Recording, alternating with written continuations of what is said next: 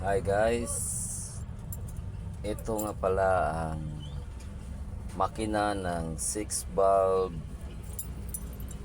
multi-cab. Ang mga unang makina ng mga multi-cab na nagawi dito sa Pilipinas. Ito ang kanyang ito ang kanyang radiator. Tsaka pala guys, tinanggal ko na pala yung kanyang tangke ng gasolina kasi masyado ng kalawang yung tangke. Kaya ginawa ko, tinatawag namin itong catheter at dito ko na nilalagay yung gasolina. Yan, kita, marami pa yan.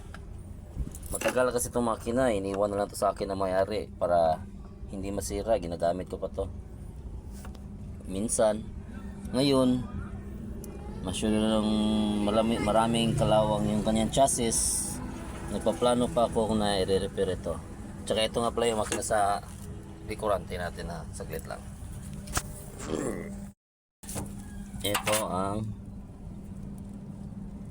6 valve engine.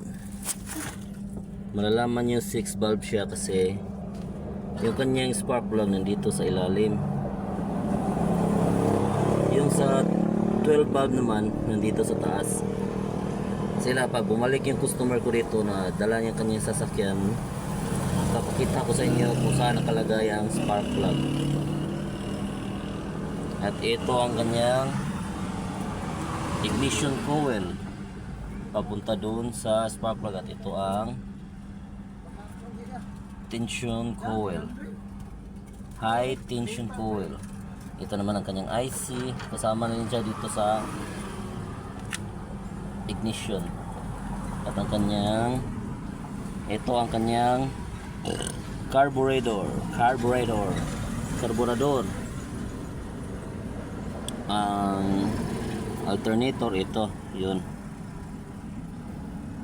Hindi ko na pinapatakbo kasi ang dami ng kalawang. Oh, yun, kita niyo sa ilalim. Oh, masyado nang malaki ang kanyang sira at marami ng kalawang. Yun, i-repair ko to.